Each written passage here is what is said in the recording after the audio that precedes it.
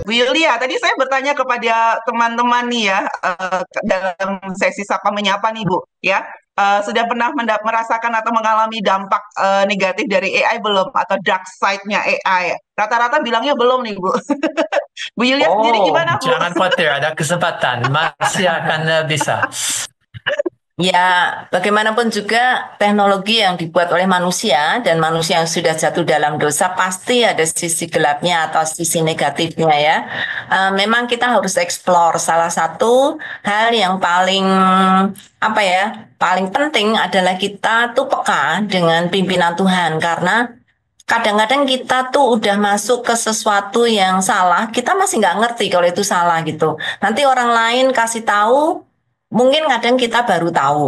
Atau kasih tahu kita pun nggak percaya dan kita marah-marah. Jadi ya memang harus ada kesadaran dari diri dan mengenal diri sehingga ketika kita mulai melihat sisi negatif itu, kita langsung sadar dan bagaimana kita bisa mengatasi itu dengan baik. Tadi salah satu peserta sebenarnya men-sharingkan ya, kalau udah bikin terus kalau kalau nggak tanya AI gitu rasanya kok belum mantap gitu. Itu sebenarnya sudah menjadi salah satu efek bisa menjadi efek negatif Ya, gitu karena uh, akhirnya kan nggak percaya diri gitu. Akhirnya harus menggantungkan pada AI. Nanti kalau AI yang sudah memberi koreksi atau AI sudah memberikan evaluasi baru merasa yakin. Nah, itu iya. itu saya kira itu salah satu gejala ya, gejala mungkin belum menjadi penyakit, tetapi gejala akan adanya ketidakberesan gitu ya. Bagaimana kita bisa ngeh atau bisa sadar itu sebelum terlanjur. Nanti kalau udah terlanjur akan jadi ketergantungan dan kita tidak lagi punya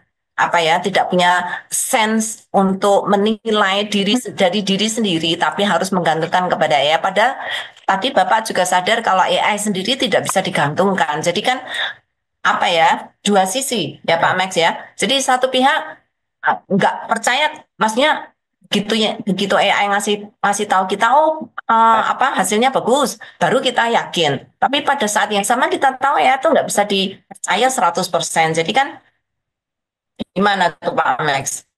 Sebaliknya, kalau ternyata sudah betul mengenal diri, akan lihat tidak hanya sisi baik, tapi sisi gelap. Ya, Dan kalau saya lihat sisi gelap dalam diriku dan teman lain yang saya kenal, saya khawatir tidak hanya untuk masa depan, tapi lebih khawatir lagi untuk AI. Dan ya. kami akan menggali sisi gelap itu. Alright, judulnya jelas, bahaya. Dunia digital AI gelap sekali. Waspada. Dan kami akan lihat itu dan setelah itu respons Kristen. Dan ini bagian kedua, berarti sudah ada bagian pertama. Sebentar lagi akan review bagian pertama tentang apa, dan bagian kedua kami akan lihat lebih dalam lagi. Maaf kalau itu menakutkan, tetapi dark side definisi akan menakutkan. Kemarin saya mulai dengan seperti biasa, AI bahaya, it's dangerous, itu sangat-sangat menakutkan. And kali ini kami akan mulai lihat lebih dalam lagi mengapa. Dua minggu yang lalu sudah mulai prosesnya. Hari ini akan lihat itu dari sisi yang cukup sederhana. Saya suka kutipan ini karena we shape technology, tapi technology shapes us. Tuh. Kami membentuk teknologi, kemudian teknologi mulai membentuk kami. HP, wah bagus, tetapi sekarang hidup kami diatur oleh HP. Mobil lebih gampang dari jalan kaki, tetapi sekarang kota. Seluruh dunia diatur untuk mobil dan untuk sepeda motor. Ya. Dan kau lihat, dunia dapat listrik, tetapi karena itu sekarang hidup Mengubah tidak ikut pola hidup. matahari lagi, tetapi seluruh pola dan gaya hidup. Itu yang membuat orang banyak sakit, Pak. Karena malam tuh sebenarnya nggak ada lampu, kita harusnya tidur istirahat. Tetapi karena ada listrik, sekarang kita bisa tidur sampai jam 1, jam 2, akhirnya badan Ya, rusak. dan kau lihat, maaf, tapi saya tarik tangan yang di samping, masih ada apa dalamnya, betul. Oh, ini harus Kami cek, membentuk Pak. teknologi, tapi kemudian teknologi membentuk kami. Nah, dari sisi itu saya mau menunjukkan, kami manusia, kalau manusia diciptakan dalam gambar serupa Tuhan, wah bagus. tetapi manusia jatuh. dalam dosa. Dan dalam kejatuhan dan dalam dosa membentuk teknologi, dan itu sekarang yang membentuk ulang kami. Maaf, after fun trip. Oke, so ini dark side kedua. Kami akan lihat resiko jangka pendek sampai mentang, and then Menengah. lihat jangka panjang sampai existential. Manusia akan punah atau tidak? Kami akan lihat setelah itu resiko dari sisi geopolitik dan sosial, dan tantangan dari regulasi, tata kelola, nama regulation governance, dan akan cari solusi. Kami akan lihat apakah ada bright side dan bagaimana respons Kristen kepada semua ini. Ini secara detail agenda hari ini. Kalau lihat terlalu banyak. Banyak banget, Pak. Yep, tapi ini guys besar untuk hari ini dan saya bisa selesai sebagian besarnya. Berarti akan harus mulai. Tapi saya mulai dengan diskusi. Ini pertanyaan, silakan respon kepada di chat atau jawaban live, raise hand. Dan pertanyaan cukup sederhana. Apa resiko punah untuk manusia? Maksudnya manusia yang punah. Ya, manusia yang punah, bukan binatang atau yang lain, tetapi apakah ada resiko manusia punah? Yes or no? And gimana? Cara apa? Bagaimana bisa punah gitu? Ya, silakan dimasukkan Maksudnya, dalam. ini untuk hubungannya dengan AI ya Pak? Oh, ini secara Pertanyaannya nggak umum. jelas. Ini secara umum. Apakah punya kekhawatiran atau pikiran tentang manusia akan punah atau manusia akan ada untuk selama-lamanya? Oke, silakan teman-teman bisa share. Aha, di chat mulai ada jawaban. Oke. Buka chat dengan lebih baik.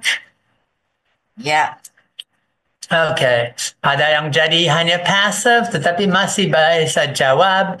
Oke, tidak akan punah. Saya rasa kurang lebih orang tak rasa manusia akan punah.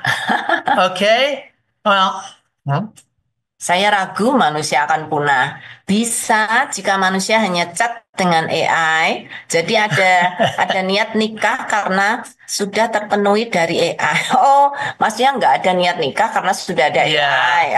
Well, ini just beberapa. Dari dulu sudah 50 tahun yang lalu manusia khawatir akan ada nuclear weapons, nuclear bombs, warfare, atau hanya kecelakaan Ya, tapi nuklir.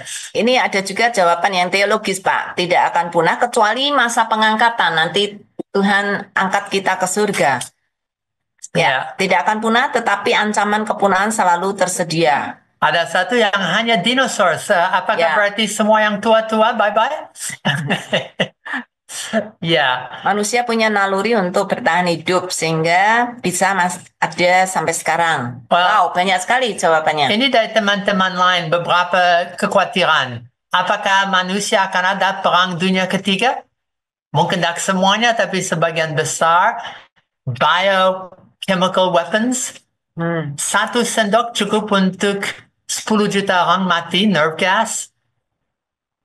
Apakah akan ada pandemi yang tidak hanya COVID, tetapi seperti Ebola?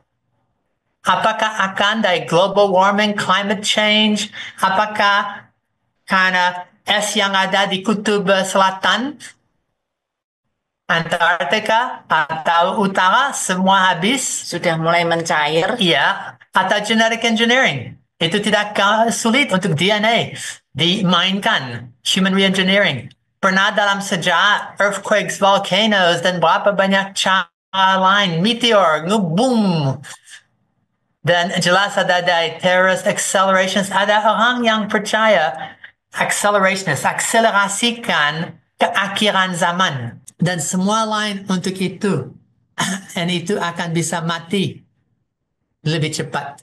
And line. And ini Pak, apa namanya, pandemi COVID juga Pak. Oh ya, global pandemic baris ke-6.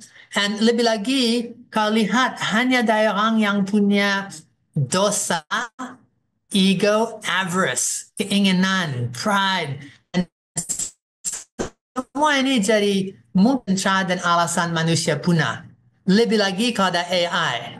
Dan ini bukan untuk main-main, tetapi AI untuk nuklir, AI untuk perang itu luar biasa menakutkan. AI dalam Permudah ya Pak. oh sangat untuk teroris. Mau bikin bom, AI bisa bikin resep jenis-jenis Anda mau seperti apa. Kalau mau main dengan DNA, kalau mau main dengan masa depan manusia, AI bisa menolong Anda. Lebih parah lagi, apakah akan ada saat AI bisa melakukannya sendiri?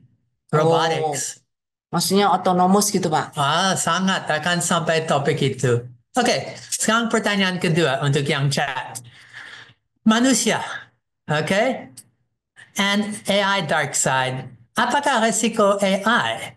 Bagaimana cerita Anda? Apakah Anda sudah pengalaman tadi, Effie, di dalam waktu sedang ngobrol, sapa-sapu, sapa-sapa, Sapa. sapa siapa? Ya, saat itu sudah mulai untuk tanya, tapi ini kesempatan untuk ketakutan Anda, resiko, atau apakah ada masalah untuk AI masa depan, Ya, dan jadi seperti apa? pertanyaannya, apa ketakutan Anda yang terbesar dengan AI?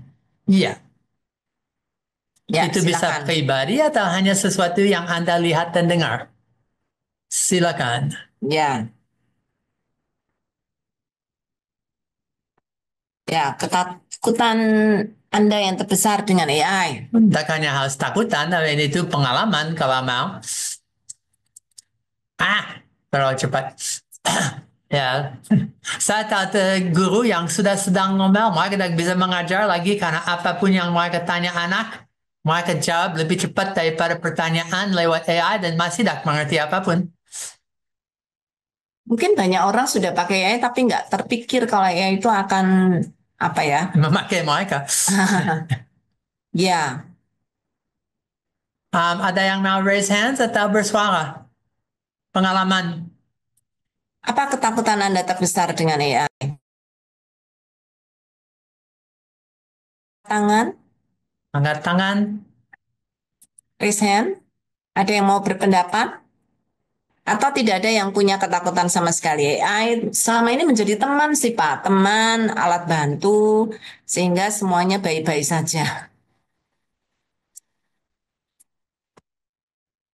Ya, yang mau raise hand? Ini eh menggantikan Oh, posisi sebagai suami. oh Gitu ya. ya. Ada orang yang sedang cerai kan itu, betul. Pengangguran massal karena otomatisasi pekerjaan. Faking atau hoax. Wah, Manusia betul. manusia menjadi tidak percaya akan Allah. Ya. AI akan menyerang orang lain karena keadaan ekonomi atau orang munafik. Lebih percaya AI daripada dokter. Tadi pagi ada artikel bagus sekali tentang sekarang dokter plus AI hasil jauh lebih baik daripada dokter sendiri. And biasa AI fact based, kalau ikut waktu dokter sedang tanya semua pertanyaan, bisa dapat hasil yang sebaik dokter dan mengkoreksi dengan sopan mendampingi dokter. Ya, Yes. ada lagi saya takut tidak bisa mengejar cepatnya teknologi AI ini. Skill tidak seimbang dengan perkembangan AI yang sangat cepat. Ada yang lebih kasar. Pekerjaan semakin sedikit untuk manusia. Betul. Manusia menjadi malas berpikir dan tergantung kepada jawaban AI. Tadi sudah ya, Karyawan Iman. ada raise hand. Coba aja. Oh, silakan Pak. Pak Karyawan Liam. Mari Pak. 1 menit ya Pak ya. Silakan. Padat berisi. Masih belum mute Pak. Masih mute Pak. Belum di unmute. Halo, Ya, ya, ya. Silakan. Silakan Pak. ya. Terima kasih untuk waktunya. Ketakutan saya adalah AI seperti ini. Contoh ilustrasi saya begini. Kalau saya mau memindahkan sesuatu, terus ada semut di sekelilingnya, kita akan secara tidak langsung kita akan membunuh semut itu dengan kita musnahkan semut itu. Nah, Ya. untuk tujuan kita memindahkan sesuatu atau barang kita yang kena semut itu bisa bersih. Nah, hal ini yang sama dengan AI yang saya pikirkan adalah AI nantinya akan menganggap untuk dia mencapai suatu tujuannya, dia bisa memusnahkan manusia dengan tidak ada rasa bersalah atau tidak mengganggu atau dia berpikir oh normal-normal aja karena untuk mencapai tujuannya. Nah, ini yang saya Ya, khawatirkan dari wow, AI sampai ke masa depan. Karena kenapa? AI nantinya akan jadi understand. humanity atau robot. Pada saat dia menjadi Ya, human, robot, untuk mengerjakan sesuatu, dia melihat bahwa manusia ini menghambat. ganggu, ya. Karena menghambat, dia pikir karena kita seperti sekarang ini, kita ketika melihat lalat, melihat semut, atau melihat hewan yang lebih kecil, kan kita akan musnahkan begitu aja kan, tanpa merasa Ya, bersalah Tanpa kan. rasa ya. lebih Tanpa lagi seperti AI Nah, tidak itu punya yang saya khawatirkan perasaan. AI nanti akan berlaku seperti itu, begitu dia. Ini yang ketakutan saya sampai hari ini. Terima kasih. Hmm. Ya, Oke, thank you bagus. banyak Pak Heriawan Lim. Siska, satu lagi, Oh, Siska. oke, terima kasih. Silakan Bu Kalau Siska. ketakutan saya tentang AI itu teknologi yang dibuat manusia akan mengalahkan ciptaan Tuhan. Jadi kita sekarang ini sudah memakai semua teknologi yang melebihi seperti dalam tanda kutip ciptaan Tuhan. Misalnya sudah ada dunia maya mengalahkan dunia nyata gitu. Kemudian kita semua sekarang memakai uang yang diciptakan secara yang menciptakan tuh manusia gitu. Nanti lama-lama manusia akan bilang saya sudah melebihi Tuhan bisa menciptakan semua. Bahkan manusia sekarang sudah bisa cloning, sudah bisa menciptakan apa tuh yang organ-organ yang dibuat dengan 3D gitu, 4D sorry. Ya. Terus kemudian nanti ke sananya itu manusia akan mulai memberontak terhadap Tuhan karena mereka mulai seperti Allah begitu. Endingnya seperti itu Betul. sih kalau saya lihat. Oke, terima kasih. Ya, Thank you dan itu banyak. salah satu yang muncul di dalam dark side pertama. Dan lebih lagi AI menukar posisi dewa dewi jadi satu yang punya dan lebih daripada itu manusia menciptakan diri ulang dalam bentuk AI atau tidak. Ada berapa banyak sisi filosofat, sisi teologis yang sangat bisa memberontakkan, right? Yang bisa memberontak. Ya, memberontak. Oke, Markus dengan Ya, cepat. ini Pak Markus yang terakhir ya Pak ya. Ya. Silakan Pak Markus, di-unmute dulu Pak. Ya, masih mute Pak. Baik, Ya, shalom, shalom Pak Pak. Max dan Ibu Yulia yang luar biasa. Iya, yang saya takutkan hari-hari ini sepertinya nanti manusia ini akan malas deh, yang terlalu mengandalkan gitu. Apalagi kalau misalkan kita lagi eh, debat-debat dengan anak S1 aja, mereka lebih lebih menurut yang saya baca, menurut AI, menurut ini. Jadi kita apa ya, agak kesulitan juga untuk menerjemahkan lebih lebih dalam lagi gitu, karena mereka terfokusnya bukan kepada Alkitabiah yang sebenarnya, justru kepada AI ini yang agak-agak kurang lebih kan sepertinya mereka sudah dalami atau mereka sudah percaya sedemikian rupa gitu loh. Dan juga sekarang-sekarang saya lihat Betul. betapa gampangnya orang-orang membuat skripsi, membuat tesis. Kalau dulu kita sampai berbulan-bulan, membuat bulan-bulan ya. Apalagi sekarang saya sedang mulai mulai meneliti untuk mendapatkan S3 saya. Jadi kalau kita mau gunakan itu, alangkah cepat gitu loh. Alangkah cepatnya luar biasa itu.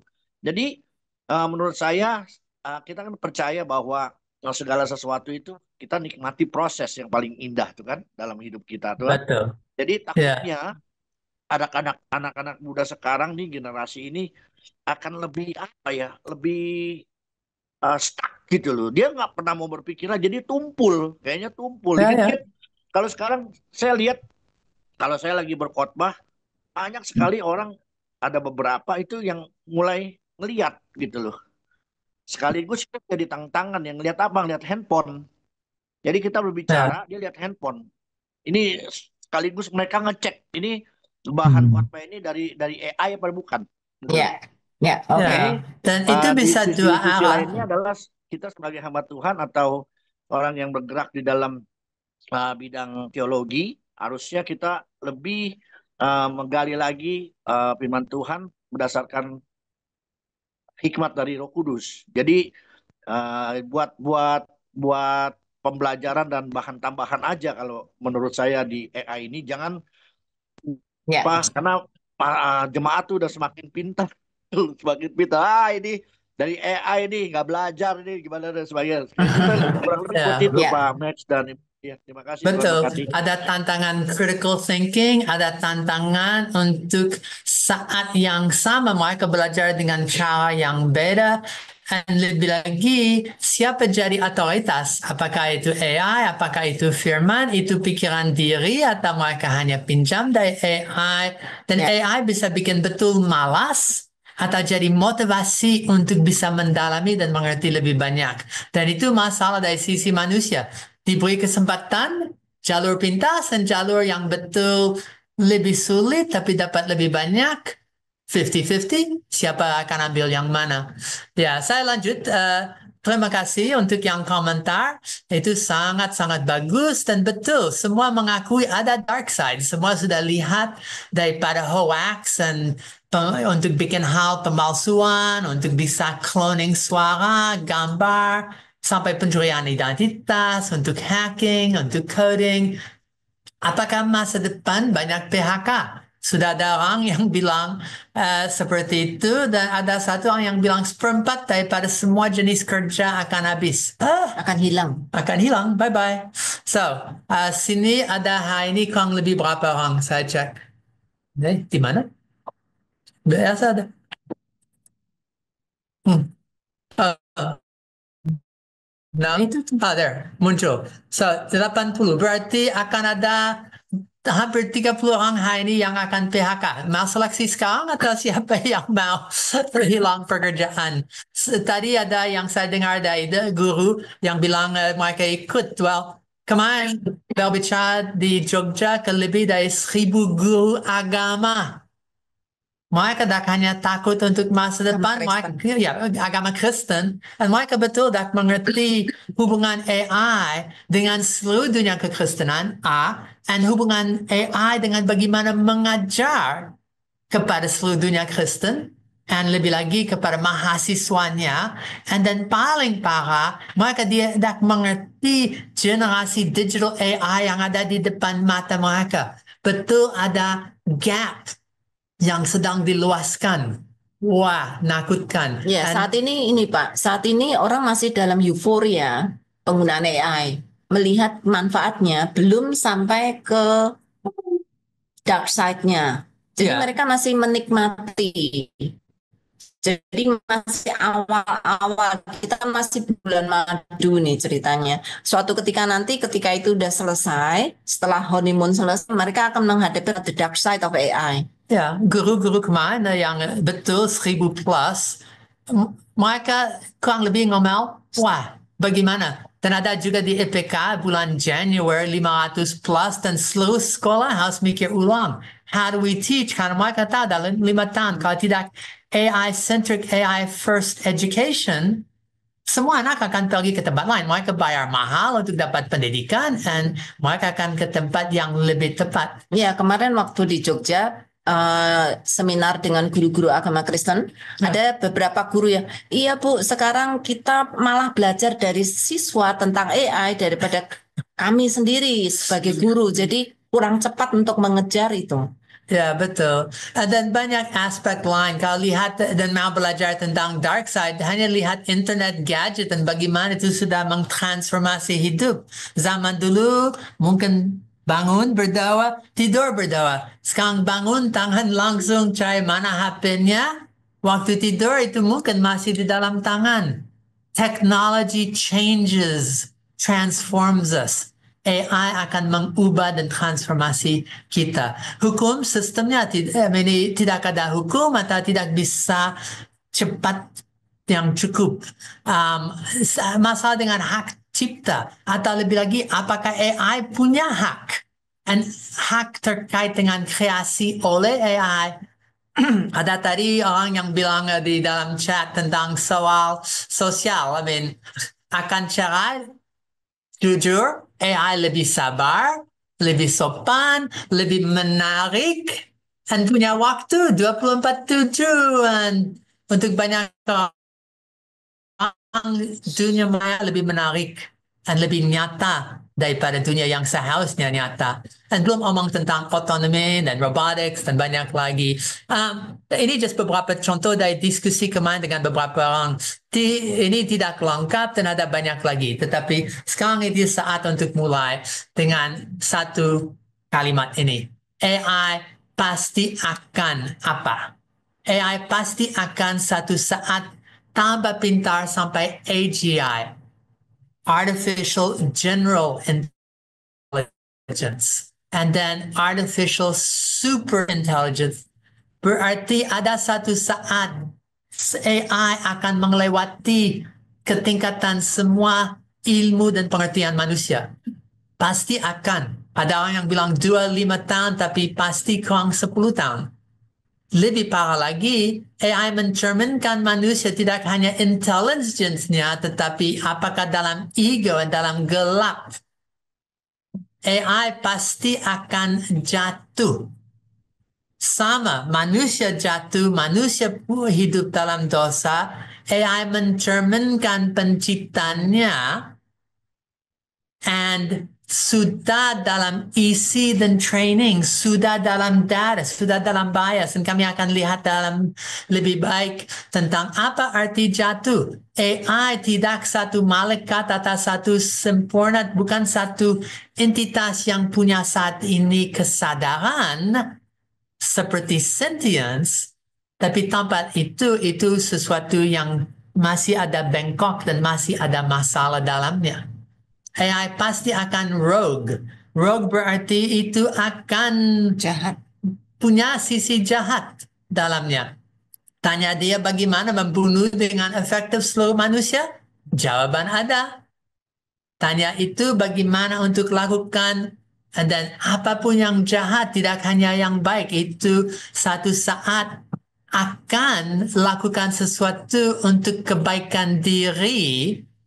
Itu satu saat tidak akan taat, satu saat itu akan jawab untuk memuaskan pendengar, tapi tanpa jujur. Dan lebih daripada itu pasti akan misalign. Topik alignment sangat-sangat penting di dalam seluruh diskusi AI safety, keamanan AI, dan bagaimana AI akan untuk kebaikan manusia dan bukan hanya kebaikan diri. Kalau AI mikirkan kebaikan diri, pertama akan ada masalah sangat-sangat besar untuk masa depan manusia. Bagaimana kalau sebelumnya itu jadi rogue, itu mulai ikut kehendak diri, bukan kehendak kita. And AI pasti akan melatih AI. And AI yang generasi berikut. Dan ini sesuatu yang tidak hanya AI dilatih, tetapi sekarang AI menglahirkan AI yang akan melahirkan AI dengan setiap generasi lebih pintar dan lebih hebat daripada yang sebelumnya. Wah. And lagi kembali kepada itu, pasti akan super intelligence. Apa terjadi saat itu?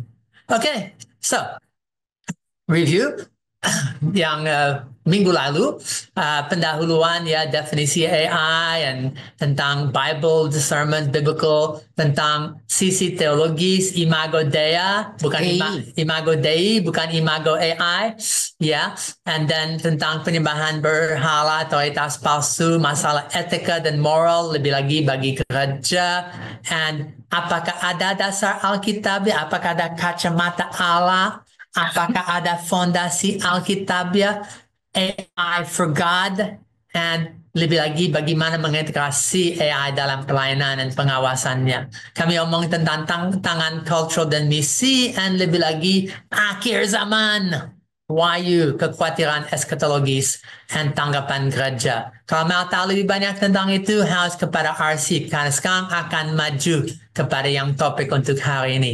Dengan just singkat dan ringkas, kemarin waktu sedang siapkan untuk AI Dark Side, lebih lagi pertama, ini beberapa hal yang muncul, khususnya dalam wawancara dengan staff, dengan orang lain, kami lakukan survei, dan ini dampak AI dalam gereja dan kehidupan. Pemuridan dan hubungan personal menurun.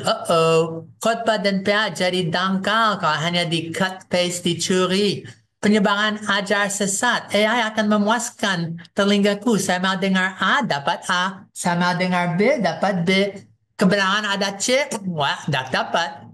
Bagaimana itu bisa menolong untuk sesatkan? Lebih lagi kamu mulai ketergantungan kepada AI dan malas akan rohani. Pimpinan gereja mulai hilang sentuhan pastoral kalau itu hanya konsultasi dengan AI. Pendeta sibuk, so saya akan curhat kepada AI seperti satu teman yang sharing. Dan gereja tertinggal. Degradasi spiritual sampai figur Yesus dan konten rohani dimanipulasikah? Semua ini bisa terjadi dan itu dampak yang sudah didiskusikan. And ini topik yang muncul dari survei. Orang khawatir ini. Kan ini sedang nyata mulai muncul di depan matanya. Ada sisi baik, tapi ada satu sisi gelap. Lebih daripada itu secara umum dan kami akan lebih ke arah ini, kemalasan dan penurunan kemampuan kognitif. Tadi ada dari Pak Markus sharing tentang itu, ketergantungan. Waduh, betul. Terlalu penyalahgunakan teknologi. Itu bisa untuk, seperti saya bilang tadi, deepfake, kriminalitas, propaganda, penipuan, masalah privasi keamanan data. Kami akan lihat pengangguran, manipulasi, kehilangan kreativitas, dan lebih lagi dakada AI literacy. So, itu menjembatani antara minggu yang lalu dan sekarang. And, seharusnya, okay. So, definisi dan integrasi cepat dalam masyarakat and importance of understanding potential, kami sudah mulai itu minggu yang lalu. AI ada, akan ada terus, akan mengubah segala-galanya, dan bagaimanakah respons kita? Dan tidak hanya akan mengubah segala-galanya, itu akan mengubah dunia kita. So kami akan lihat sekarang tentang lagi mengapa itu bahaya. So, sudah, that's introduction. Wah, okay, pendahuluan simulasi kecerdasan sudah diomong minggu yang lalu, integrasi cepat, itu AI berlangsung, sedang berubah, sedang masuk dalam semua aspek kehidupan masyarakat. And itu dari business sampai industri, dari pendidikan sampai transportasi. Tidak ada bagian dunia yang tidak disentuh oleh AI. Termasuk pemerintah, termasuk tentara, termasuk semua yang aspek antara bangsa. Dan lebih lagi. So, pentingan untuk memahami potensi risiko, keseimbangan perspektif, harus eksplorasi sisi gelap, harus mulai ada kesadaran tentang etis, apa yang benar dan tidak benar, apa yang nilai hanya kemanusiaan, atau nilai rohani, dan harus proaktif. Kami tidak bisa mengharap risiko tidak ada, tapi harus manage risiko. Kami harus proaktif mikirkan risiko. Alasan untuk AI dan dark side bukan untuk menakutkan, tetapi dengan mata terbuka akan sadar apa yang AI memungkinkan dari punah sampai tentara, sampai pemerintah, sampai bagaimana antara kita. Okay? So, itu pendahuluan. So, saya mulai dengan apa risiko dalam jangka pendek. Dalam waktu saat ini sudah sedang berperjuang daripada bias sampai privasi, daripada keamanan sampai salah informasi, dan itu sedang menghasilkan disrupsi atau ekonomik dan etika accountability issues. So, yang pertama, bias dan diskriminasi. Masalah dasar AI di training. Kalau punya anak kecil, dan itu dari keluarga yang kaya, wah, pendidikan sangat beda daripada anak kecil yang daripada keluarga yang mungkin miskin.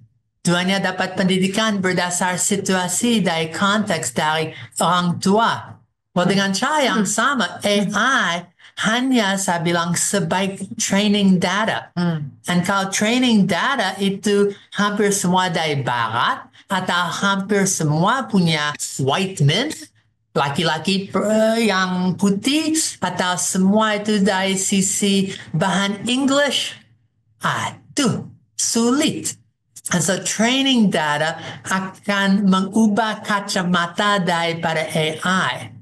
Nah, itu bisa dikoreksi kalau ternyata internet ada training data, ada yang baik dan ada berapa banyak yang buruk, minta ampun, lebih banyak yang buruk. Kalau di dalam internet ada yang sudah hoax atau palsu, atau lebih parah lagi, yang setengah benar dan seperempat tidak, and itu sudah belajar itu juga. Kesulitan, the quality of the data determines the quality of the training. Ya. Kualitas dari data akan menghasilkan training yang baik dan tidak. And otomatis tidak pernah ada data yang tidak bias. Saya memberi satu contoh. Ada kelompok orang Kristen, Glue dan lagi satu lagi yang sedang mau membuat satu AI Kristen. Hanya kasih bahan Kristen kepada itu. Well, mereka sudah mengkabiaskan semua data, tapi kalau tanya itu bandingkan respons orang Kristen dengan orang Islam tentang topik keselamatan, waduh, tidak tahu. Karena itu hanya diberi satu pandangan, itu hanya diberi satu cara lihat. Itu sudah dibiaskan sampai buta kepada yang lain. Jadi baik atau tidak baik, Pak? Kalau ada AI hanya Kristen saja datanya. Itu sangat tidak baik karena itu sudah hidup dalam dunia yang tidak alkitabiah dan tidak nyata. Itu di dunia di surga mungkin nanti lah.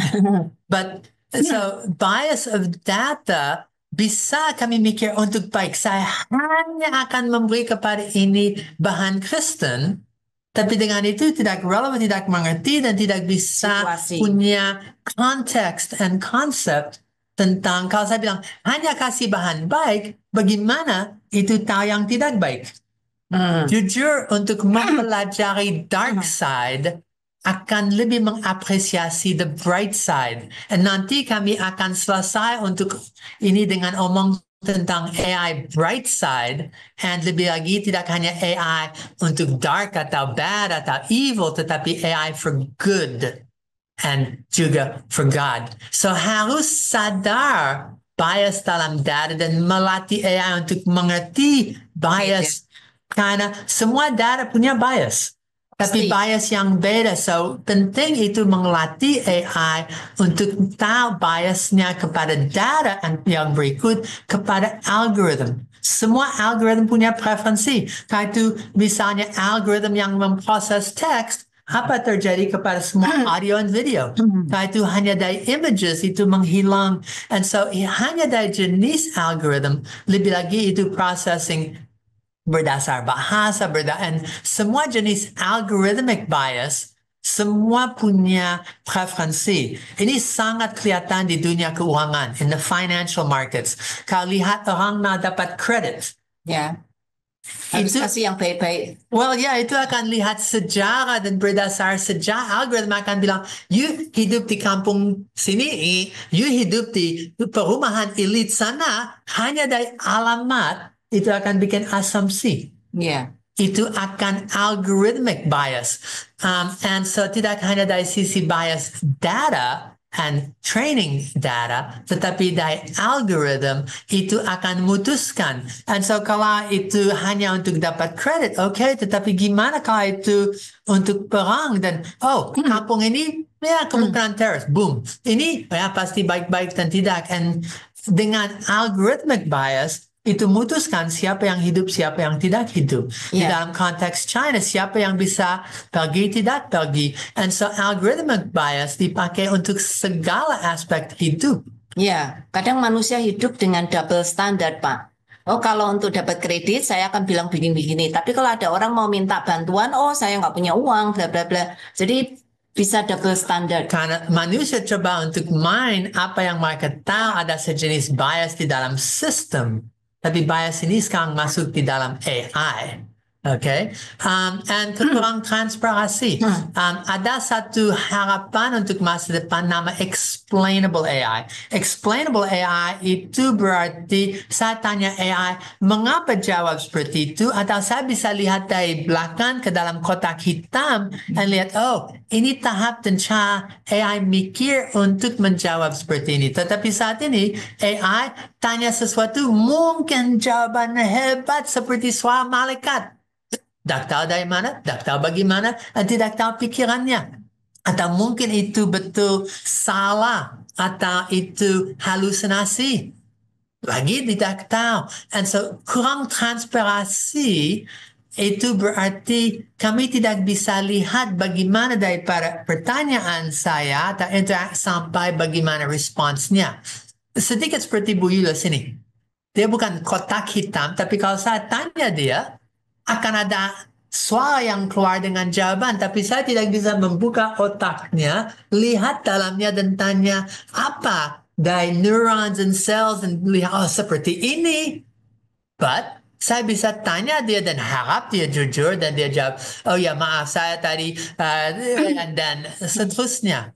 Dengan cara yang sama, harus sadar ada resiko karena AI saat ini tidak explainable dan itu bisa jawab, itu bisa mengatur sistem, itu bisa control mobil, autonomous vehicle, robotaxi, dan itu ke kiri saat ada burung yang melewati depannya atau tidak, dan kami tidak punya pengertian tentang persis mengapa AI lakukan atau jawab seperti itu saatnya. Oke, lanjut. Tidak hanya bias dan diskriminasi, tetapi tentang privacy. AI mungkin tidak punya malu, tetapi juga tidak punya pengertian kapan malu penting atau kapan harus menjaga privacy. And so karena itu, sesuatu seperti even facial recognition. Bagaimana kalau semua muka sudah dimasukkan di dalam AI? Dan sekarang, you tanya, gambar ini siapa? Well, ada orang yang tidak mau diketahui dalam gambar itu, tapi bisa tahu. And so the surveillance capabilities di China, 1 miliar orang, semua data mukanya and lain-lain sudah dimasuk. Maka dimanapun di negeri itu bisa ditemui.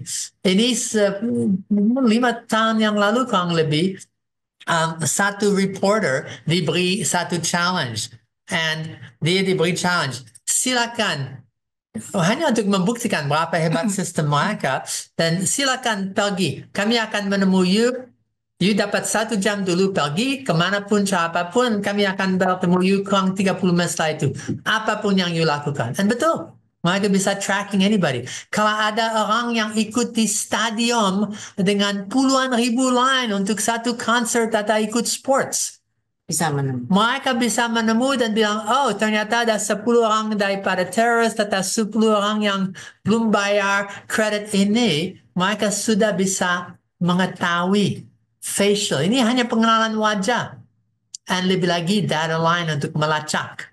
Lebih lagi ada kartu kredit, lebih lagi kalau pakai kartu untuk metro atau untuk tol atau untuk HP, dan HP signal akan kemana-mana, dan HP signalmu sangat dekat ke HP yang lain. Aha, ternyata itu ke tempat ini dan 1 jam bersama. And semua data itu bisa AI melacak, lebih lagi menyalahgunakannya. And so semua ini ada masalah tentang pelanggaran privacy. Lebih lagi tentang consent. Banyak orang, mereka mungkin karena harus dapat KTP, informasi diambil, atau untuk yang SIM, informasi ada, tapi tidak berarti mereka setuju itu dipakai untuk marketing. Dan setiap kali you masuk satu toko, dan ini sedang dipakai untuk tracking you beli apa. Dan so persetujuan dan banyak data di satu tempat dipakai di tempat-tempat lain. Dan ini bukan hanya masalah AI. Ini masalah tentang digital world and digital society.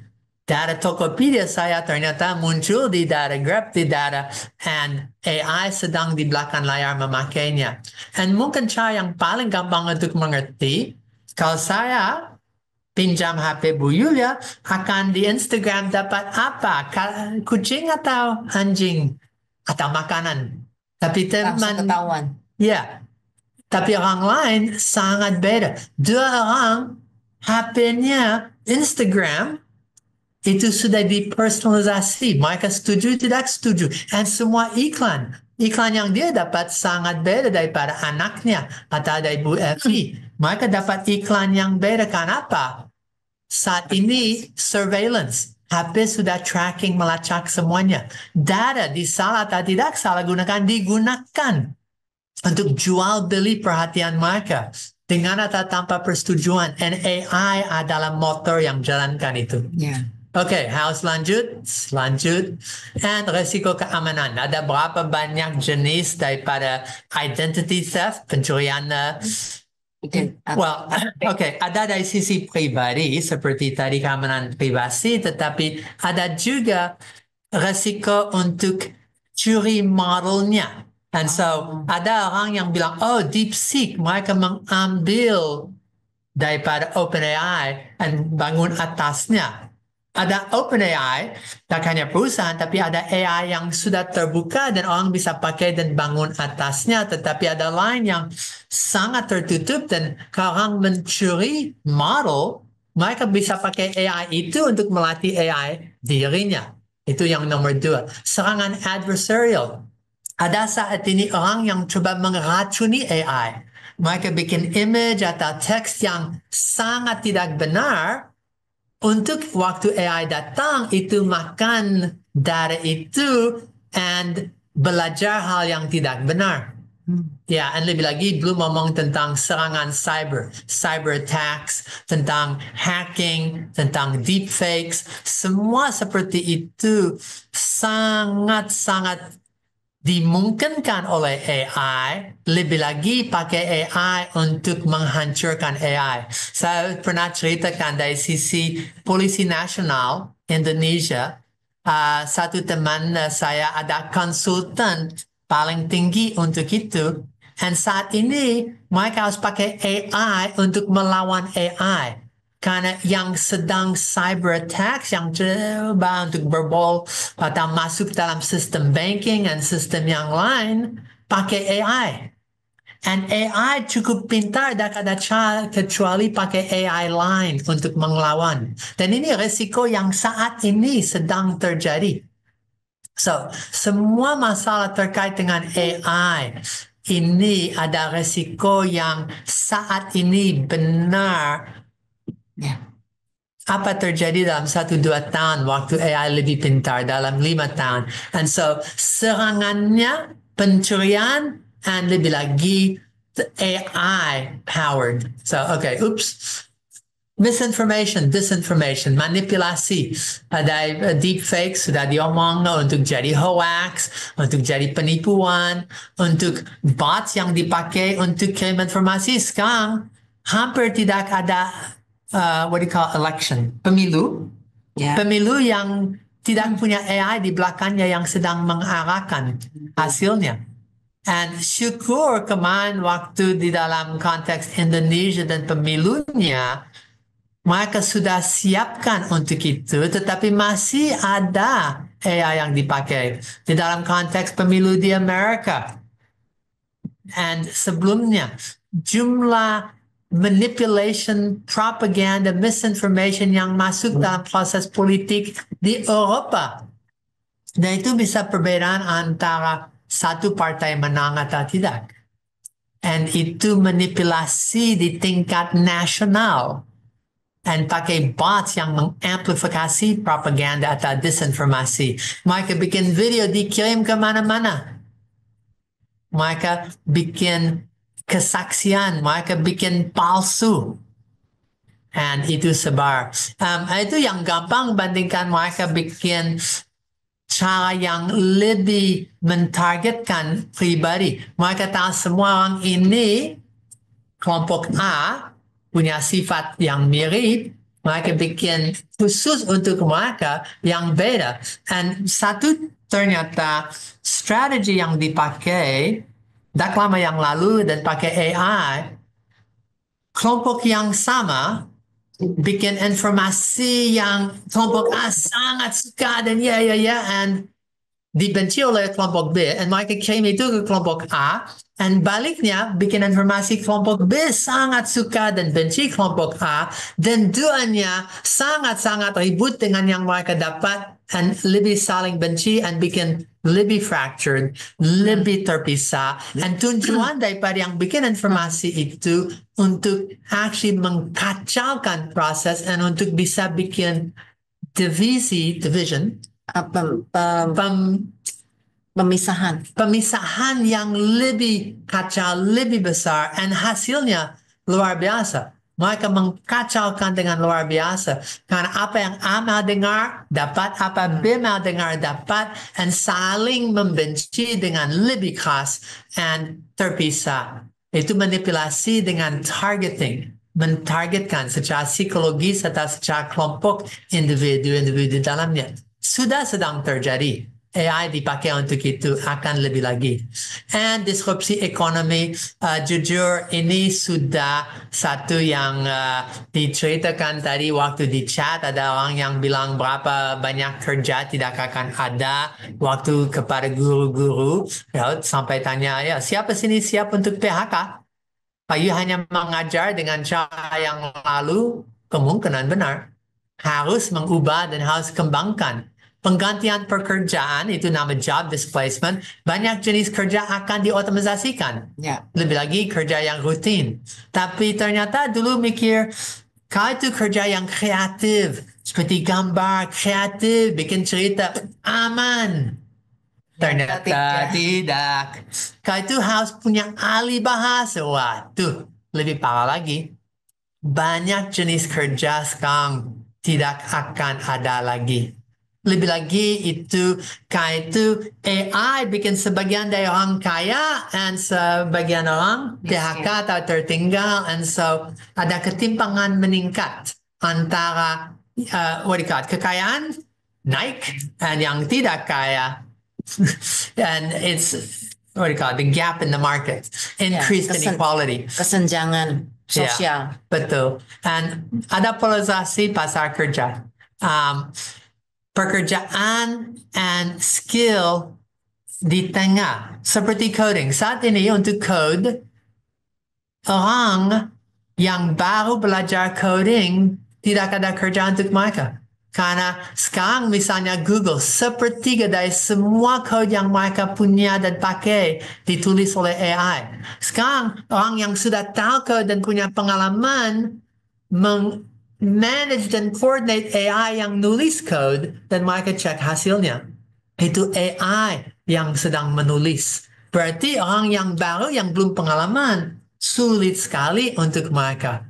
Itu hanya satu contoh, dan saya akan bilang dulu omong tentang AI, rumusnya itu machine learning plus LMM, large language model. Setelah itu jadi LRM, large reasoning model. Baru Senin yang lalu mereka luncurkan OpenAI 4,1. Dan itu LCM, large coding model. Itu model yang didesain bukan untuk bahasa manusia, bisa, tapi didesain berdasar latihan atas semua code yang mereka bisa dapat daripada dunia ini. Dan itu jadi large coding model yang pintar coding, minta ampun. Didesain khusus untuk itu. Berarti labor market untuk coding baru flip-flop, sulit-sulit. Satu lagi untuk yang risiko yang jangka pendek. Ini just hanya tentang AI's impact on jobs. And ada dulu advanced economies yang high exposure emerging, and so yang merah itu AI bisa memakan 1/4 dari semua kerjanya. Nah, kalau itu hanya untuk petani, tidak sebanyak itu.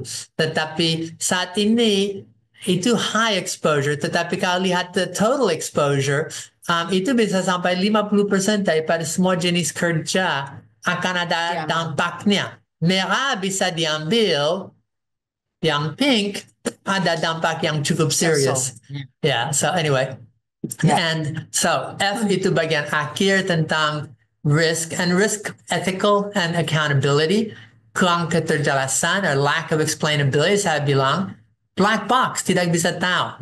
Siapa yang tanggung jawab? Kalau saya sedang pakai mobil otomatis dan itu setir ada kecelakaan, bukan aku. Tangan saya sedang main HP, saya tidak menyetuh, saya tidak setir. Itu mobil yang salah.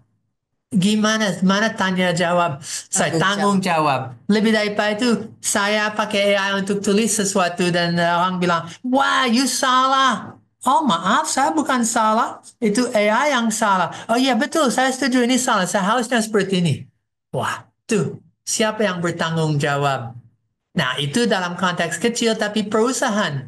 Perusahaan yang pakai AI untuk customer service. Dan customer service AI menjawab seperti ini. Saat ini, Salesforce sedang menjual agent. Ini betul karyawan AI. You punya customer service team?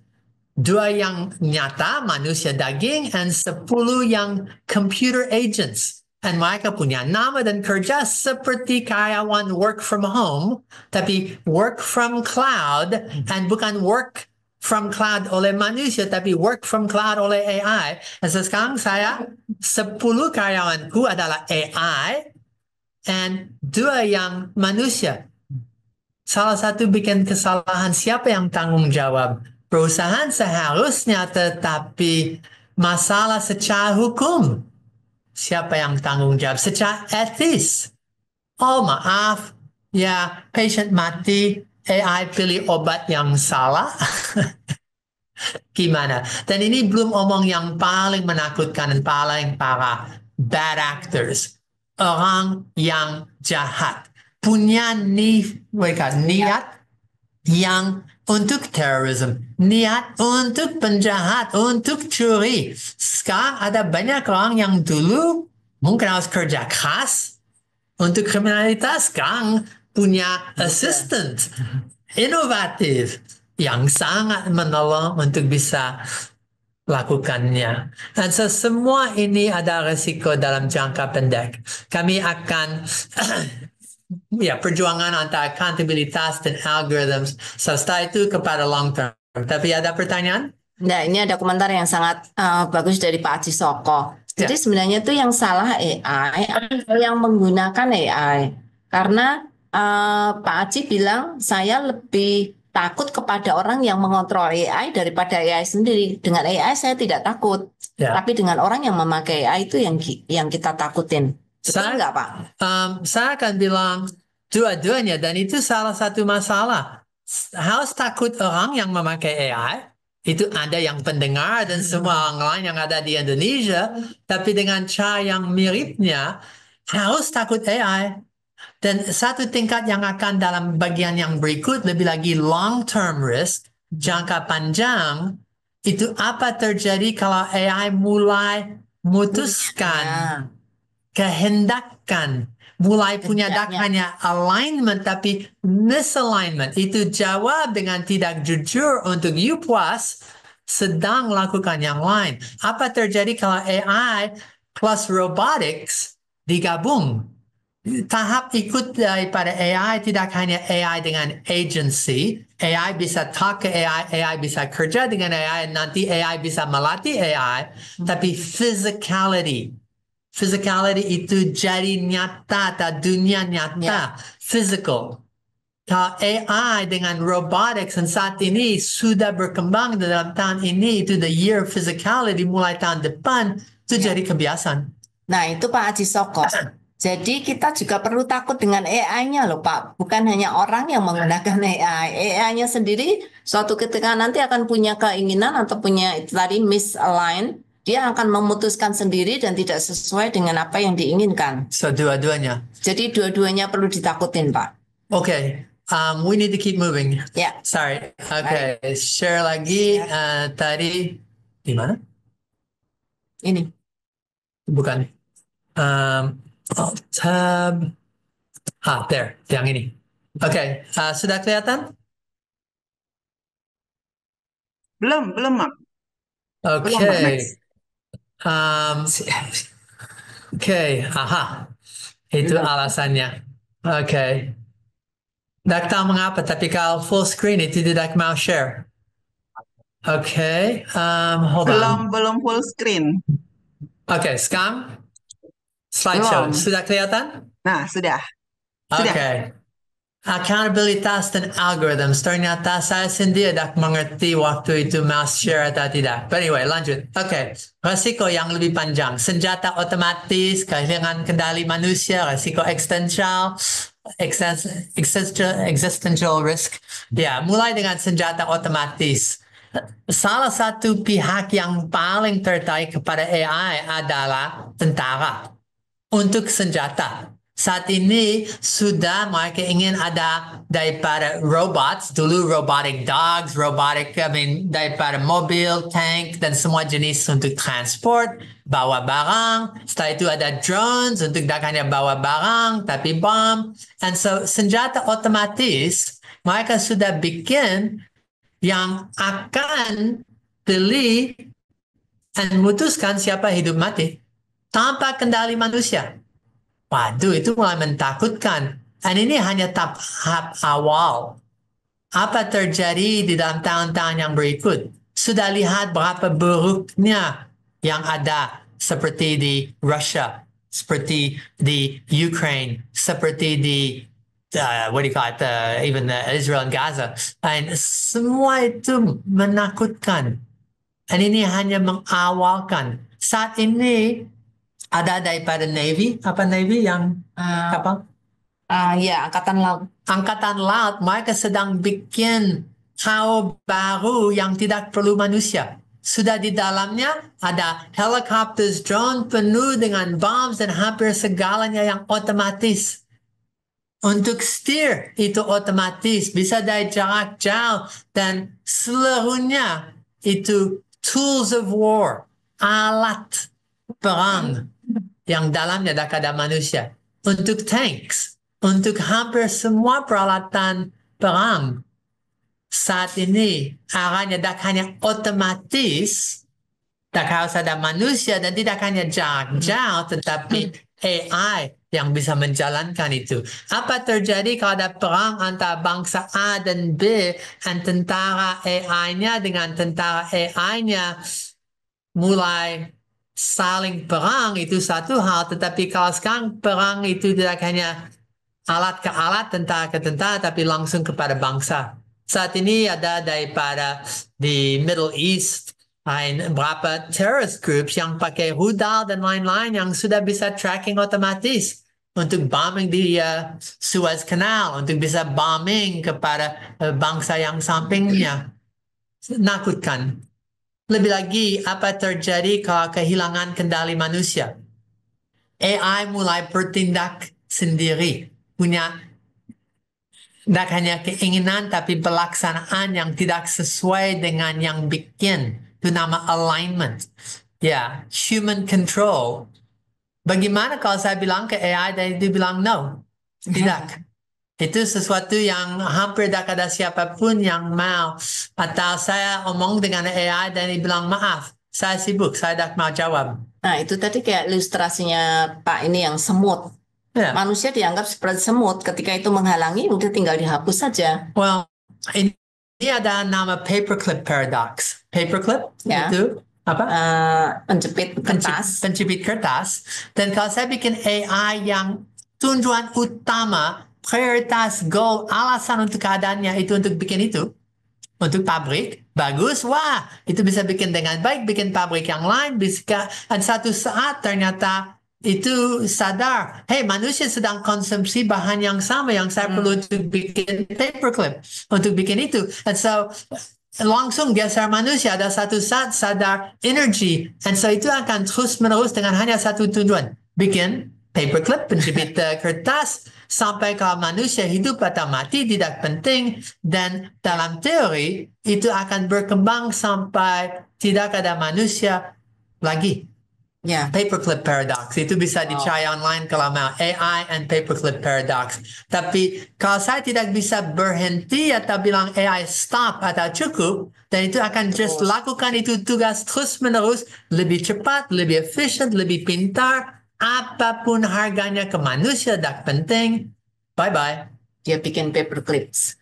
Dan manusia, Bye-bye. dan resiko eksistensial itu sangat kami sudah lihat tentang punah, dan saya tidak akan panjang lebar tentang itu, sudah cukup tentang bagaimana dan apakah manusia karena AI akan tidak ada. Dan jujur untuk AI, kalau sudah ada robotics, robot lebih efisien, lebih taat, lebih cepat, bisa dihidupkan, dimatikan, dan dari banyak sisi AI akan preferensi pakai bukan manusia, bye-bye, tetapi robots.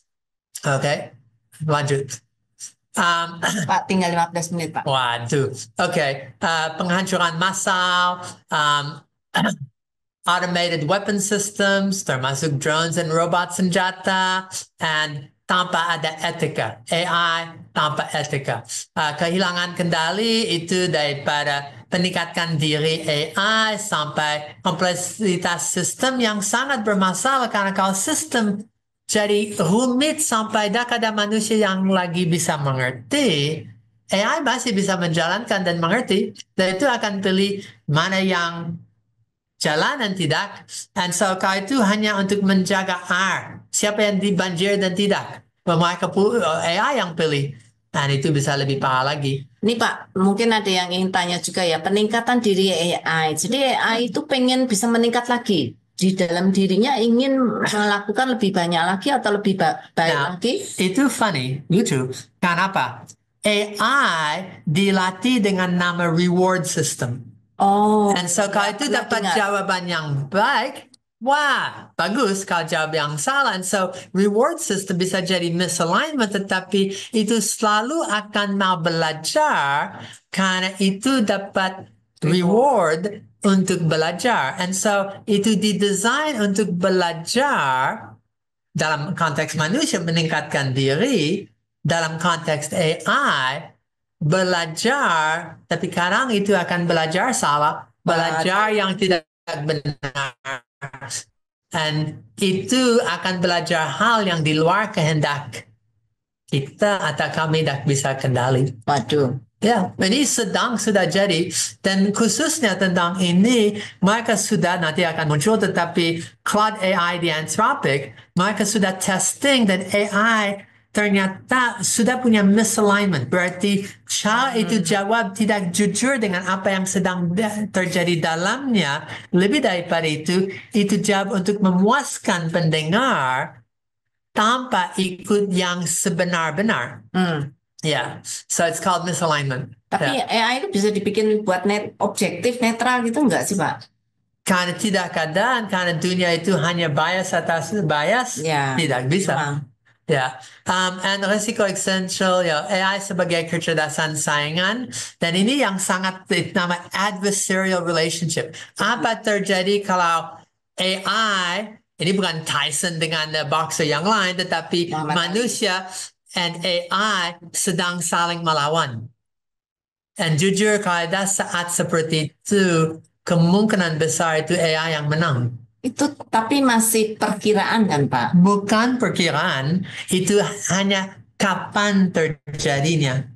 Itu seperti dibilang AI pasti akan AGI, ASI, pasti akan jatuh, pasti akan ada AI yang jadi jahat, tapi apakah ada AI yang baik yang bisa melawan dan menang? Masa depan itu AI yang melawan AI itu, kalau AI sebagai kecerdasan saingan, apakah ada AI yang cukup kuat yang melawan dan melindungi lawang itu dan melindungi kita? Ya, ini, and so deskripsi tingkat perabatan, civilization, that hanya changes everything, but it can break civilization. Disrupsi di tingkat itu. Superintelligence, mengabaikan nilai-nilai manusia dan ditukar dengan nilai-nilai AI. Listrik lebih penting dari manusia. Cloud systems lebih penting daripada manusia. Compute power lebih penting. Dan hal seperti itu. Dan ada orang yang khawatir kalau sepertiga dari manusia dah kerja, sistem ekonomi akan collapse dan AI akan menjaga diri. Dan lebih lagi kalau ada banyak yang diotomatisasikan, kalau semua mobil diotomatisasikan atau semua banking diotomatisasikan, AI mogok. Nggak mau kerja. Seperti listrik mati, tidak bisa jalan lagi. Internet mati hanya untuk 1 jam. Berapa banyak orang teriak-teriak? AI bisa memutuskan kapan sistem seperti itu. Rutak. Sorry. Lebih daripada itu, salah gunakan AI untuk menciptakan virus biologis atau cyber. Virus seperti Norton atau antivirus itu bisa bikin, kalau itu bisa coding, itu bisa bikin lubang dalam coding atau hacking dalam coding, dan AI sudah bisa dipakai tidak hanya untuk bikin program baik, tapi bikin program jahat yang virus. Lebih daripada itu biologis. Sekarang AI sudah bisa menjalankan nama CRISPR. CRISPR itu untuk DNA editing, gene splicing. Dan itu sudah bisa dijalankan 100% oleh komputer. Manusia pakai komputer untuk jalankan atau komputer pakai komputer untuk jalankan. Banyak risiko existentialist. Ya. And so, lebih lagi, cukup untuk itu, tetapi just untuk bilang, ada 15% daripada orang khawatir yang tahu di dalam posisi AI, yang khawatir manusia akan gunakan AI. Oke, lanjut. Dari sisi social dan geopolitik, saya sudah mulai omong sedikit, tetapi dari sisi geopolitik dan tentara, perlombaan senjata AI. Saat ini pun, kalau lihat daripada USA, Amerika, ada batasan chip-chip komputer CPU, GPU yang akan diekspor ke China. Sudah ada perang dingin antara hardware untuk AI bisa atau tidak bisa dipakai. Jadi kompetisi antara bangsa, antara militer. Sudah saat ini chip H2O, daripada Nvidia baru dibatal $5 miliar, $5 billion kepada China. Amerika bilang tidak bisa dikasih kepada mereka lagi. And itu lebih antar bangsa. Koordinasi, apakah bangsa kerjasama dengan bangsa? No, mereka saling kompetisi. Saling bersaing. And so perlombaan senjata AI untuk apapun, berarti orang yang punya AI yang paling pintar menang di dalam teknologi ABC. And so monopoli teknologi, apa terjadi kalau satu perusahaan punya kemampuan AI yang jauh lebih dari semuanya, and pakai AI itu untuk mengembangkan AI and untuk research AI researcher, AI scientist, dan AI developer sekarang oleh AI.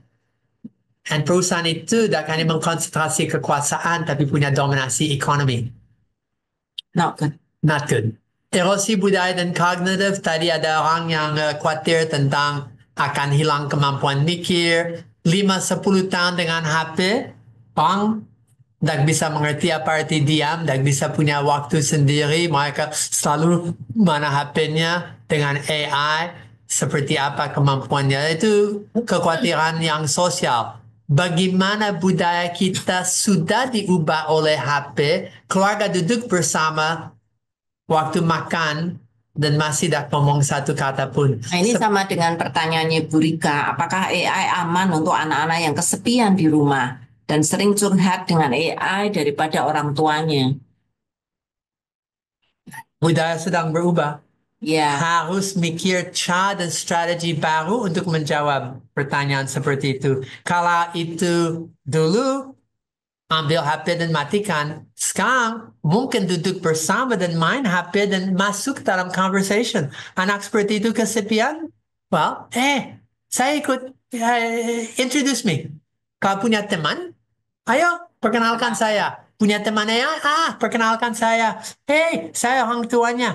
Saya bla bla, dan langsung masuk dalam itu a different culture, different way. And so, erosi budaya berarti harus ada budaya yang baru. Erosi kognitif berarti harus ada sengaja cara untuk mengembangkan dan mendapat kembali kognitifnya. And so ketergantungan pada AI dari satu sisi perlu pertobatan, perlu tebusan dari AI-nya, and akan lihat AI for God. Lebih dari itu, dan lebih awal AI for good. Semua ini itu dark side, semua ini sedang terjadi di depan matamu. Sadar tidak sadar, perlombaan senjata AI or AI arms race sudah sedang. Monopoli teknologi, 5 perusahaan sudah kontrol bagian besar dari semua AI. Erosi budaya dan kognitif sudah mulai digital lanjut. Oke. Yes, Pak. 3 menit lagi, Pak. Oh ya, oke. Tantangan regulasi dan tata. Oke, saya akan skip ini tentang regulation and governance. And jujur, bagian besar itu hanya reaktif. Itu satu response yang sangat lambat. Mereka even untuk jurisdiction. Kalau itu AI, dan ada 2 bangsa.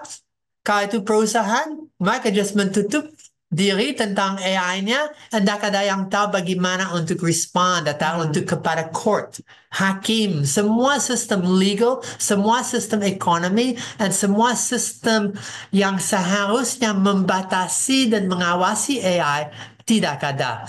And so AI safety, AI governance, AI regulation perlu, tetapi orang bilang, kalau dibatasi, nanti perusahaan lain dibatasi, bangsa yang lain akan kembang, harus bebas. Dan seluruh ini bikin kecelakaan yang luar biasa sedang muncul di depan mata kita. Tapi mitigasi. Nah ini kalau beli ini mitigasi itu maksudnya tuh pencegahan kan ya Pak ya? Ya. Ini ada komentar dari Pak Bambang Wijanto yang sangat bagus. Penjelasan hari ini mengingatkan ke depan ada musuh yang tidak kelihatan. Perlu bagi gereja menyadari dan mempersiapkan jemaat dengan literasi teknologi digital dan AI dan mengajak jemaat mendalami kebenaran firman Tuhan sebagai pelita bagi hidup jemaat dalam menghadapi musuh yang tidak kelihatan ini. Sabda sangat memberikan kontribusi menyadarkan bagi gereja segera membentengi jemaat, tetapi juga memberikan semangat menggunakan teknologi digital dan AI dalam mengembangkan pelayanan bagi gereja dan dengan hikmat Tuhan. Amin. Ya. Terima kasih Pak Bambang. Thank you. Kalau cari solusi, harus ada satu sisi itu solusi yang technical. Harus technical sampai apakah ada cara untuk just matikan, pull the plug. Unplug. Tapi ternyata tidak, karena itu sudah melatih AI yang lain. Saya pull the plug sini, sudah punya berapa banyak turunan. Itu sudah di hard drive, pasang lagi, hidup lagi. Nggak bisa mati. Nggak bisa mati. Itu kekal atau tidak. Dan lebih lagi kerjasama yang international untuk research. And, kami harus tak bisa sendiri, tetapi berapa banyak hal yang masih sedang belajar. Regulasi, hukum yang bisa tegas, bisa etik, dan seterusnya. Dan kesadaran harus seperti tadi dibilang, educate. Lebih lagi gereja harus disadarkan, harus dimengerti seperti di dalam dark side pertama. And itu berarti literasi AI, berarti partisipasi, berarti passive, tidak bisa, harus ada response. And AI in risk mitigation from predictive real time, ada ilmu tentang bagaimana bisa mengerti antisipasi untuk risk management and untuk menurunkan risk. Tapi tanpa mengerti risknya, tanpa mengerti dark side, tidak bisa. Lebih lagi untuk konteks iman. Apa risk mitigation untuk konteks gereja, untuk konteks pendidikan. Berapa pentingnya. Okay? Tentang AI in the dark side, ini just beberapa komentar yang sangat penting. Tujuan itu bukan untuk takutkan. Kami harap AI, kami sadar AI akan mengganti pekerjaan, tetapi tidak berarti you harus PHK. Baliknya, dalam ancaman profesional, you bisa lebih profesional. And lebih daripada itu, harus ada kekhawatiran serius. Setiap kali, sejak kali pertama saya ngomong tentang AI itu bahaya. Tak berarti berhenti di situ dan tidak omong lagi, tetapi dengan kesadaran, kekhawatiran serius, bisa lihat dark side, tapi lihat the bright side. Dan sebentar kami lihat bright side-nya. Dan harus ada pendidikan terus-menerus untuk yang benar, untuk mendekatkan akan AI. And semua ini, lebih daripada itu, bagaimana respons kita sebagai orang yang percaya. Well, ikut AI Talk sudah ada 30-an plus, itu menolong untuk khotbah, untuk studi Alkitab, untuk dari prompting sampai sekolah minggu, daripada tahun per tahun, itu semua aspek daripada AI dan pelayanan. Itu sebagian dari respons kita. Belajar tentang youth parenting, music, murid, doa, tentang mental health, and semua ini. Lebih dari itu, ikut dalam komunitas. Jangan sendiri. Ada komunitas di WhatsApp groups, ada komunitas di Discord, ada komunitas kalau Anda mau di gereja dimanapun Anda ada. Bikin komunitas kecil dan mulai bergumul serius untuk bagaimana belajar AI, literacy, memakai AI, and lebih daripada itu akan serius tentang topik ini. Amin. Lebih daripada itu, WhatsApp groups, Discord group baru muncul dalam bulan terakhir. Sudah ada banyak aktivitas, ada bahan di dalamnya, ada bots yang Anda bisa pakai. Coba aja. Okay? And lebih daripada itu, memperjuangkan AI for good secara umum dimanapun Anda ada di kerja, di dunia sekular. Memperjuangkan AI for good. Tidak hanya AI for ego atau for me. Memperjuangkan keamanan AI, AI safety, AI regulation, AI yang bisa ditanggungjawabkan sekaligus sebagai orang Kristen. Dari titik waktu lahir mendoakan AI ini karena zamannya, abadnya, generasi anak adalah AI. Bagaimana itu akan dipakai untuk Tuhan. Ini respons kita. Lebih daripada itu, AI for good harus untuk orang percaya transisi kepada AI for God. AI for good, apakah itu? Menggunakan AI untuk membantu untuk kebaikan kemanusiaan, untuk kurangi kemiskinan, bisa perbaiki kesehatan medis, mendukung pendidikan siapapun dimanapun. Wah, hebat apa yang bisa. Sadar tentang risiko. Kalau hanya omong AI for good, itu sangat humanist. Itu tanpa arah rohani. Indonesia sedang belajar AI literacy dari sisi AI for good. Yay! Tapi jangan dibatasi. Lanjut kepada AI for God. Dipakai sebagai alat untuk melayani tujuan Tuhan. Itu yang sering kita sebutkan, Pak. AI itu anugerah umum. Jangan hanya berhenti di anugerah umum. Harus masuk ke anugerah khusus. Ya, jangan sampai AI jadi sumber kebenaran dan keselamatan yang menggantikan Tuhan. Tapi lebih lagi, AI for God mengutamakan Kristus. Amin. AI dan misi, tanggung jawab rohani, dan AI sebagai alat, bukan sebagai Tuhan, tapi alat kerajaan Allah dalam tangan anak Tuhan. Itu satu yang bisa luar biasa. And so, ini respons kita. Tidak takut gelap, tetapi sadar kami adalah terang. Amin. Untuk dunia yang gelap, termasuk satu dunia AI. Dan Tuhan sudah menempatkan kita di sini untuk sadar dan akui, yes, dunia gelap, ada dark side, dan tidak takut itu. Itu untuk lain mungkin mentakutkan, tapi untuk kita itu tempat untuk mensinarkan AI, the bright side. Dan dalam konteks itu, konteks pendidikan dan pelayanan Kristen, itu sesuatu yang kami bisa meningkatkan pendidikan Kristen, pengertian dan pembelajaran Alkitab sampai ada conversational Bible. Kami sudah punya posisi yang unik di dalam sejadah Alkitab GPT sampai semua peralatan untuk anak nikmati dan bergaul. Ngobrol bersama Alkitab. Lihat potensi AI 24/7 untuk pelajaran, untuk personalisasi, untuk pelayanan. And AI dipandang sebagai cara untuk membantu para pendidik, untuk membantu para pelayanan. Itu cara yang baru, itu sesuatu yang bisa hebat. And terakhir, itu assistant. Bukan ditukarkan, tapi itu assistant Bukan dengan untuk mengganti. no, tapi Ya. dengan potensi yang luar biasa efektif. Membantu. Saya sangat percaya AI for God itu karena ada bright side of AI. Apa? Dari AI, no. Tetapi dari Tuhan yang sudah memberi dan Amin. menciptakan ini untuk memungkinkan manusia memakai itu. Ada sedikit poin-poin lagi untuk ini. Ya, Yang ini lebih, masih Pak. bright side AI. Sorry. So, entusias terhadap kemampuan AI, lebih entusias kepada Alkitab, cara memakainya. Yes, AI hebat. Tapi fokus tidak di titik akhir AI, tetapi bagaimana kami bisa belajar firman dengan lebih baik.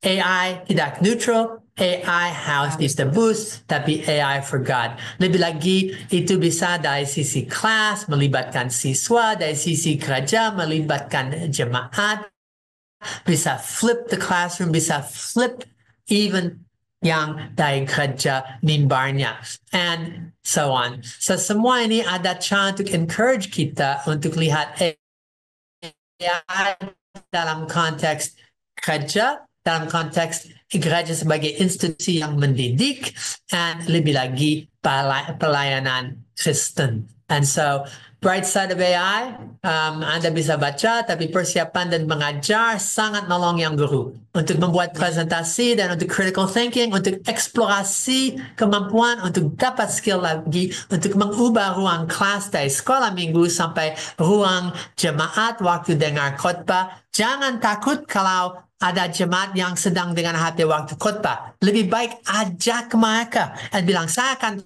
khotbah tentang ayat dan topik ini, buka HP Anda, silakan bersama saya eksplorasi. Saya akan presentasi yang saya belajar, apa yang Anda belajar. Dan nanti ada forum untuk sharing itu.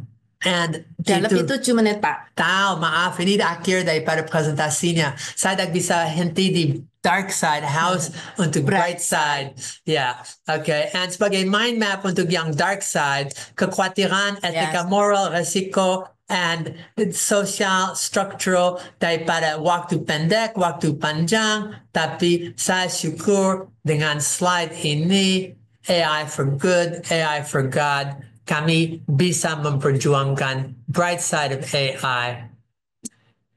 Dark side ada, itu harus jujur, serius. Ya. Itu sangat memungkinkan masa depan tidak hanya bermasalah, tapi bermasalah besar. Ya. Dan saya mau selesai dengan ada satu project nama AI 2027. Project ini itu oleh orang yang sangat mampu dan mereka mulai lihat seperti apa AI 2027. AI mulai tambah pintar, ada agents, dan ternyata AI mulai daripada kecil sampai berkembang kepada besarnya dan lebih besar. Lebih daripada itu, AI mulai dipakai untuk coding and automation. Lebih daripada itu, China mulai untuk memperjuangkan. Lebih daripada itu, banyak kerja mulai hilang. Lebih daripada itu tidak berhenti belajar, tapi sekarang itu bisa coding, itu bisa bikin synthetic data. And ini kemampuannya daripada seluruh AI naik. Karena AI sekarang dipakai untuk research AI. Dan kalau lihat di bagian kanan, ini AI copy yang sedang kerja 20 kali lebih cepat daripada manusia. And itu bikin breakthroughs, algorithmic breakthroughs. And berarti satu AI kerja sama dengan seorang setahun setiap hari. And itu research and experiments in AI sedang lakukan semua dari training sampai data. And alignment jadi masalah seperti saya bilang. Lebih daripada itu, national security mulai jadi masalah. And lebih daripada itu, AI memperbaiki diri terus-menerus. Ini hanya dalam waktu 2 tahun. estimasi. And itu jadi remote worker. So itu bisa kerja apapun dimanapun hampir. Lebih lagi mulai robotics. Sekarang the geopolitics. Daripada White House sampai seluruh dunia. Mulai goncang karena AI. Goncang. And sekarang ada the superhuman AI researcher. Tidak hanya sampai nanti super AI GIASI. Tapi itu jadi researcher. And itu research tentang AI. Dan itu sedang bikin versi dia sendiri. Dan kau lihat race-nya sampai manusia punah, kau lihat slowdown-nya, itu mulai ada oversight dan ada harapan. Tapi masukkan ini di dalam yang Live chat. live chat and lihat. Kalau betul mau lihat. AI-2027.com. Ya. Jadi saudara bisa baca ya. Okay, but ini satu yang sangat realistis dan kurang 3 tahun, tapi kurang 5 tahun. Kalau itu perlu 2 kali lebih banyak waktunya. Ini menjamin dalam 5 tahun AI dunia sudah berubah dengan cara itu tidak lagi seperti kami lihatnya. So saya selesai dengan itu karena ini saat ini prediksi yang paling baik, and ini ditulis dengan 100 plus orang yang terpintar di dalam jurusan ini dengan 25 tabletop exercises and feedbacks, dan mereka pakai simulasi dan banyak forecasting exercises untuk lakukannya. Bapak Ibu sudah dengar, menolong kita untuk 2 hal. 1, kita menjadi sangat hati-hati dan waspada. Ada banyak bahaya yang disebabkan karena AI. Tapi yang kedua, jangan mundur, tetapi kita semakin cepat maju. Semakin banyak orang Kristen ambil bagian di dalam memperjuangkan AI for God and AI for good. AI akan dipakai menjadi jauh lebih baik dibandingkan kalau kita tidak ikut ambil bagian. Betul. Dan saya percaya AI dark side lebih gelap, lebih parah, lebih jelas terang daripada Kristus yang ada di dalamnya. Dan kami dipanggil bukan untuk jadi gelap, tetapi sebagai terang, untuk garam, salt and light, terang dan garam kepada dunia yang membutuhkan. Ya, tambah lama dunia AI tambah gelap, tapi bisa for good, bisa for God, dan kami bisa mewakili bright side-nya dan jadi terangnya. Bagi Anda yang juga mungkin takut, ingatlah Tuhan itu pencipta segala sesuatu. Tuhan juga yang mengontrol segala sesuatu. Dan Tuhan bisa interupsi kapan saja di dalam kehidupan manusia ketika manusia sudah tidak terkendali. Karena itu kita tidak perlu takut, kita punya Tuhan yang Maha Kuasa, Tuhan yang melindungi kita, dan Tuhan yang menjaga setiap umat manusia sampai nanti hari kedatangannya. Jadi terima kasih untuk Ibu Evelyn yang saya kira bisa menjadi penutup kita malam pagi hari ini, siang hari ini ya. AI mempercepat penginjilan ke seluruh dunia sekaligus mempercepat kedatangan Tuhan. Jadi ada Tuhan. Accelerationist. Jadi ya, mengakselerasi ya. Nah,